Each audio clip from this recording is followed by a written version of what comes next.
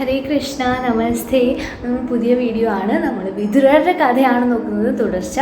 വിതുരര് എങ്ങനെ ഒരു ദാസിയുടെ പുത്രനായിട്ട് പിറന്നു. മഹാപണ്ഡിതനായിട്ടുള്ള ധർമ്മദേവനാണ് വിതുരരായിട്ട് ജനിച്ചത്. ഒരു രാജാവിനേക്കാളും എന്തോരം ബുദ്ധിയുള്ള മനുഷ്യനായിരുന്നു വിതുരര്. എന്നിട്ടും എന്തുകൊണ്ട് ഒരു മന്ത്രിയാവാൻ മാത്രമേ പറ്റുള്ളൂ എന്നാണ് നമ്മൾ ഇന്നത്തെ കഥയിൽ നോക്കുന്നത്.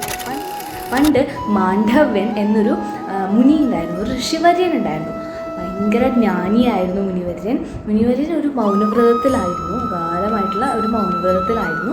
അദ്ദേഹം ഇങ്ങനെ മൗനവ്രതത്തിലിരിക്കുന്ന സമയത്ത് അദ്ദേഹത്തിൻ്റെ ആശ്രമത്തിലേക്ക് കുറേ കള്ളന്മാർ കയറി വരും. പിന്നാലെ ഭടന്മാരും വരും. ഭടന്മാർ മുനിയോട് ചോദിക്കും, കള്ളന്മാരെ കണ്ടോ, എവിടെ? എനിക്ക് സംസാരിക്കാൻ പറ്റില്ല, മുനി മൗനവ്രതത്തിലാണ്. മുനി പ്രതികൂലമായോ അനുകൂലമായോ ഒന്നും സംസാരിക്കില്ല. അപ്പോൾ കള്ളന്മാരെ പോയി നോക്കുമ്പോൾ ആശ്രമത്തിൽ ഒളിച്ചിരിക്കുന്നുണ്ട്. ഭടന്മാർക്ക് ദേഷ്യം വന്ന് മുനിയെയും കൂടെ അവർ പിടിച്ചുകൊണ്ട് പോവാണ്.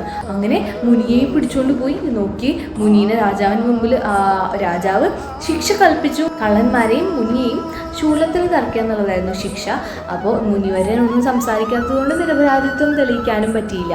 അങ്ങനെ ആ ശിക്ഷ നടപ്പിലാക്കപ്പെടുകയാണ്. മുനിവരൻ്റെ വയറ്റിൽ ശൂലം തറച്ച് ഇങ്ങനെ മുനിവരൻ ഇങ്ങനെ ഒരു മരത്തും ഇങ്ങനെ കുത്തി ഇങ്ങനെ വെക്കുകയാണ്. അങ്ങനെ ഇരിക്കുകയാണ് മുനിവരൻ. കുറേ നാളുകൾ കഴിഞ്ഞിട്ട് മുനിവരൻ മരിക്കുന്നില്ല, ഇങ്ങനെ തന്നെ ഇരിക്കുക. അപ്പോൾ എല്ലാവർക്കും അത്ഭുതമായി, ഇതെന്താണ് സംഭവം, ഇങ്ങനെ മരിക്കാതെ ഇരിക്കാൻ പറ്റുമോ? അപ്പോൾ എല്ലാവർക്കും ഭയങ്കര അത്ഭുതമായി. അപ്പം മഹർഷിമാർ വരുമ്പോൾ അതുവഴി പോയി മഹർഷിമാരെ അദ്ദേഹം മരിക്കുന്നില്ല, അത്രയും ശൂലം അത്രയും കാല് ഇതിൽ കുത്തിവെച്ചിട്ടോ. അപ്പം മുനിവരൻ പറഞ്ഞു, എന്നെ ആരും ദ്രോഹിച്ചിട്ടില്ല, എനിക്കൊന്നും അറിയില്ല എന്ന് പറയും. അപ്പോൾ എല്ലാവർക്കും ഇതെന്താണ് സംഭവിക്കുന്നത് മനസ്സിലാവാണ്ട് അത്ഭുതമാവും. പിന്നീട് രാജാവ് ആ വഴി വരികയാണ്. രാജാവ് മുനിവരനോട് മാപ്പ് ചോദിക്കും, എനിക്ക് തെറ്റ് പറ്റിപ്പോയതാണ്, എനിക്ക് അറിയണ്ടായില്ല അങ്ങ് തെറ്റുകാരനല്ല എന്ന്, അത് കാരണം കൊണ്ടാണ്, എന്നോട് ക്ഷമിക്കണം എന്ന് പറഞ്ഞിട്ട് ആ ശൂലമൊക്കെ വലിച്ചൂരാനായിട്ട് ഭടന്മാരോട് പറയും. അങ്ങോട്ടും ഇങ്ങോട്ടൊക്കെ വലിച്ചിട്ട് ഈ ശൂലം പോകുന്നില്ല. ആ ശൂലം കൊണ്ട് തന്നെ മുനിവരൻ സഞ്ചരിക്കേണ്ടി വരികയാണ്. അപ്പോൾ ആ ശൂലം മുറിച്ചു കൊടുക്കും, അപ്പുറത്തും ഇപ്പുറത്തും മുറിച്ചു കൊടുക്കും, സഞ്ചാരത്തിനൊക്കെ ഈസിക്ക് വേണ്ടിയിട്ട്.